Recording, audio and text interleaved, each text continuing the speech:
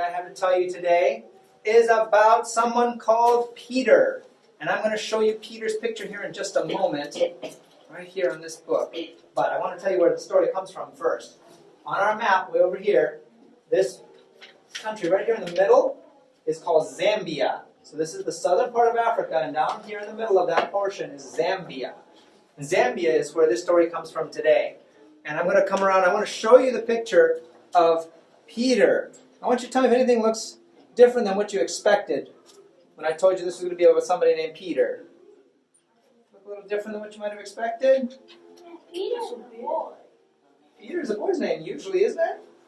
That doesn't really look like a boy. Who is that? This story is actually called A Woman Called Peter. And you must be so curious right now. Wait a minute. Why does she have a name of Peter? Well, I will tell you in a minute. You'll find out through the story why her name is Peter. Her name didn't always used to be Peter. Her name used to be Christine. And Christine, when she was living in Zambia in the town of Mazabuka, she had two jobs she would do. The first job Christine did was she would make beer.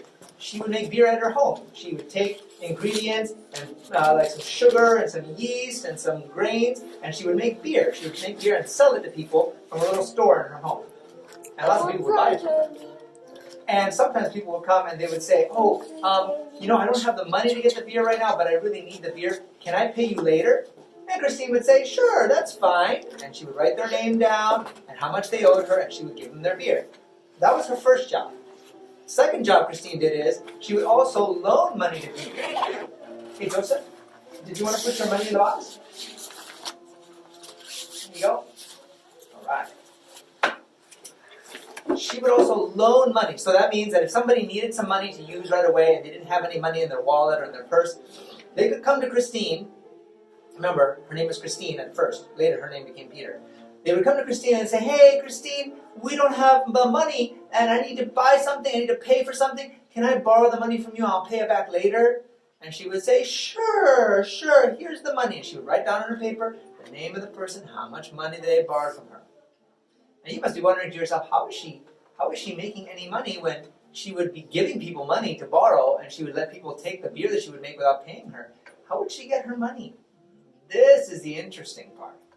Because what Christine would do is when people wouldn't pay her back on time, if they didn't show up in a week or a couple of weeks to pay her back her money, Christine had a special outfit she would wear. And I'm going to show you some of what that outfit would be.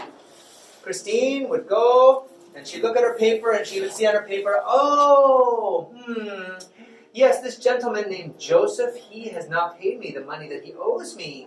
So I'm going to put on my special outfit to go get the money from him. And she would put on a black t-shirt. She'd put on some black pants. She would put on a belt. And then in her belt, she would stick a long knife in a scabbard.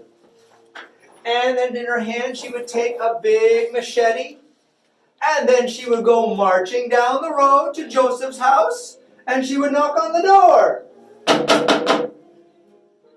And when the person would come to the door, whether it was Joseph or someone else, and they would open the door, they would see Christine standing there. And Christine would say, you owe me my money. Where's my money? And you know what always happened? They would always give her her money. Unless they didn't have it. If they didn't have any money to give her, you know what Christine would say? You don't have my money? I'm coming inside the house right now. Excuse me. And she would walk right inside the house. And they wouldn't say anything. They wouldn't get in her way because she had a big knife and a big machete. And she would walk right in the house and she would look around and say, I think I like this television you have over here. I'm going to take it home since you don't have the money to pay me. And she would take the television, she would walk out of the house, and she'd walk all the way down the street to her house and put it in her house. And then she'd come back and she'd say, and I think you owe me more money, so I'm going to also take, let's see, what do you have in here? Oh, I really like this nice carved chair. I'm going to take this chair. And she would take the chair and walk down the street and take it to her house. And you know what? The people in the town, they thought it was really funny. They liked watching when Christine would go walking by and they'd see her with her big knife and her machete. They'd say, Christine's going to go get something for somebody's house today. Let's watch. And the people would gather around and they'd stand in the street And as Christine would come walking by, carrying the television or the radio or dragging a pet dog along or dragging along a mattress, whatever she wanted to take, the people would laugh, they would clap. Good job, Christine. That's really funny, Christine. Good job. You know, Christine actually thought that what she was doing was a good thing. Was she doing a good thing? No. Now, did the people owe her money? They did owe her the money. I mean, they had borrowed it. They needed to pay her back. But she certainly wasn't being very nice about the whole situation. She was taking their things away and threatening them. And Christine thought, oh, I'm doing a good thing. I like this. I think it's going really well. And whenever she needed to get some money from somebody, she would look at her paper and say, oh, yes, I know who owes me money. I'll go and get something from them. And that's how she would make her living. And she'd go back home, she'd put her special tools away, she'd put her outfit away, her black t-shirt and her black pants, and she would get dressed in her normal clothes, and then she'd go back to selling beer and loaning money to people. Now, this went on for a number of years, until one day, an evangelist came to town. An evangelist is like a missionary or a preacher who goes from town to town holding meetings to tell people, hey, you need to hear about Jesus. You need to hear about how much God loves you. An evangelist came, and Christine started coming to the meetings. She was curious what was going on. You know, that's often a reason that people go to evangelism meetings. They're curious. Like, I wonder what they're going to say. So she came and she was listening. You know, this is interesting. Okay. And then, suddenly, while she was going to the meetings, one day at the meeting, she got sick. And it was a really weird kind of sickness. It wasn't like, oh, I have a scratchy throat. Oh, I have a headache. No. It was all of a sudden, she couldn't walk.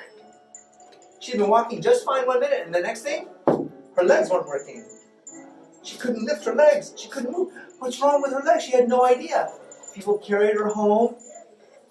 People had to take her home in a wheelbarrow just to get her back home. And she sat at home. She couldn't do anything. She knew what was going on. What was wrong with her legs? She couldn't walk. And then she stayed at home for weeks, wondering what was wrong. People would come by and check on her. Are you okay, Christine? No, my legs still don't work.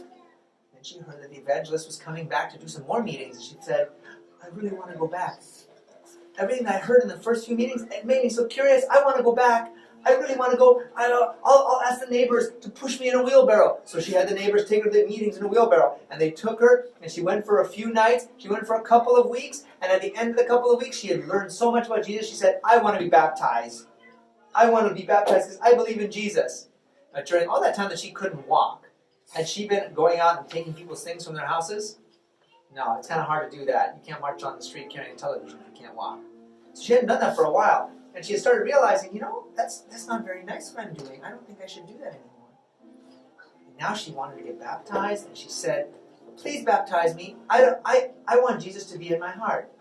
So the evangelist said, I'll baptize you, but I'm going to need some help because if your legs don't work, it's going to be hard for me to baptize you. I don't want to drown you when I put you in the water to baptize you. So they had to have other people there helping to hold her, holding her legs, holding her by the arms. And when they baptized her, they just all let her down into the water and brought her up. And you know what happened? The next day, Christine woke up in her bed, and she was laying in bed thinking, oh yes, I was baptized yesterday. And then they brought me home in the wheelbarrow.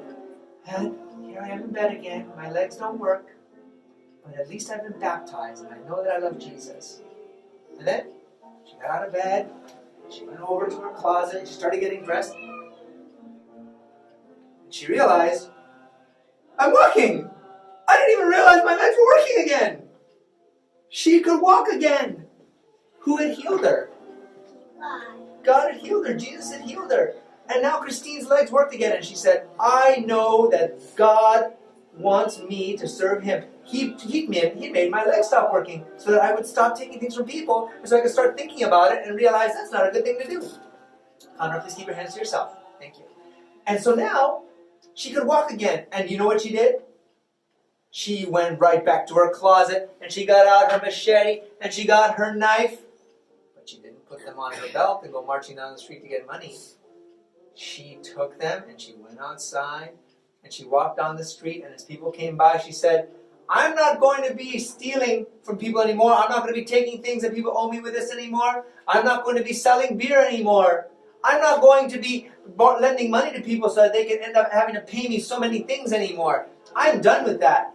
This is not what Jesus would want me to do. I'm not going to do it. She went from house to house telling people. And all the people who had seen Christine walk up and down the street not stealing, but taking televisions and all these things before, they were like, Christine is not going to do that anymore? Well, that's amazing. Well, then some people said, Christine, what are you going to do now? She said, I don't need these weapons anymore. I have a different weapon. And maybe people thought, uh-oh, did Christine get a gun? Is she going to get a cannon? Is she going to get a rifle? What is Christine going to use? But then Christine would show them her other weapon. She would pull out a Bible. And she would say, this is my weapon now.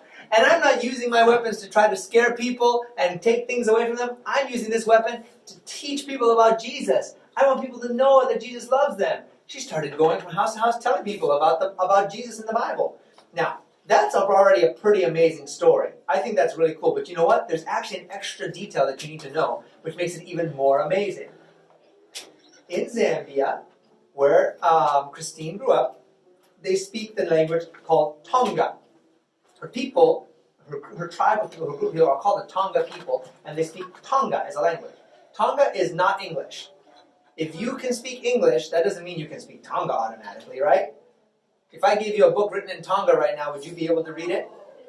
No, you would not. You would have no idea what to make out of it.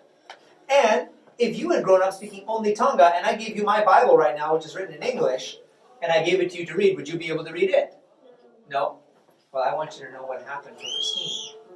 Christine had received this Bible when she got baptized, but the Bible was in English. They didn't give her a Bible in Tonga. And yet, you know what happened? When she opened up the Bible and started using it to try to teach other people about Jesus, she found that she could read English. She could read the Bible in English, even though she had never learned English. She didn't speak English. She didn't know how to read English. She didn't know how to understand English when she would hear it. And yet when she would read the English Bible, she could read it in English, and she would understand it in Tonga. And she could teach people from the Bible. That is a miracle, isn't it? Who's the only person you can think of that would be able to help people speak different languages just like that? Who can do that? Yes, and there's a special part of God. We talk about God the Father, God the Son, and God the Holy Spirit. We know that there's one part there especially who loves to give people the ability to talk in other languages when they need to. Anybody know who that is? Is it the Father, Son, or the Holy Spirit? It's the Holy Spirit. We know in the Bible that when the disciples, Peter and the other disciples were in the upper room and they were praying and the Holy Spirit came down and landed on their heads in little tongues of fire. You remember that story from our lessons a few months ago? That then they were able to start understanding other languages and talking other languages. That's what happened with Christine. And so because of that, that's why Christine is named Peter. Remember we said she goes by the name Peter now? The reason she decided to take the name Peter was for two reasons. One, because now, just like Peter and the other disciples who learned to speak another language without even trying, she can do that too. And the other reason is, you remember the story when Peter was in the Garden of Gethsemane with Jesus? And then the soldiers came, and what did Peter do to try to help defend Jesus? Do you remember? He pulled out a big sword. Remember? Peter pulls out a big sword, and he tried to fight the soldiers away and fight away against everybody who was taking Jesus captive, and he chopped somebody's ear off. Remember that story? And Jesus told him, put your sword away, Peter. Put your sword away. Well, Christine, now she goes by Peter, she says, just like Peter, I used to have a sword, but I've put it away. I'm going to use the Bible only from now on. That's the only way I'm going to help people, and that's the only way I'm going to defend myself. I'm going to use the Bible to teach people about God. And that's why she goes by the name Peter now. Isn't that great? I'm so proud that Christine was able to let Jesus do those things in her heart. Because she had to let him. She could have said, no, I don't want you to change me, Jesus. I don't want to be different. But she let him. And that's what made all the difference. Let's say a quick prayer. And we're going to pray for Christine, who also goes by the name Peter. We're going to pray for all the other people in the world who are learning about Jesus right now and wondering, should I let Jesus change my heart or not? We're going to pray that they will make the right choice. Okay, let's all close our eyes. Dear Heavenly Father, thank you so much that you changed Christine's life, that you changed her from Christine into Peter, that she now doesn't use weapons to scare people and to take things from people, but she has the Bible that she can read, even though it's in English. That's so amazing, God, that you can help her read English.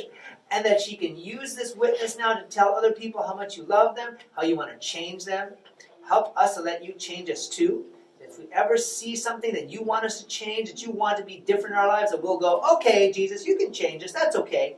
And please bless all the other people who might still be wondering, who've been hearing about you, and they're thinking, I don't know, maybe I don't want to change, maybe I don't want things to be different.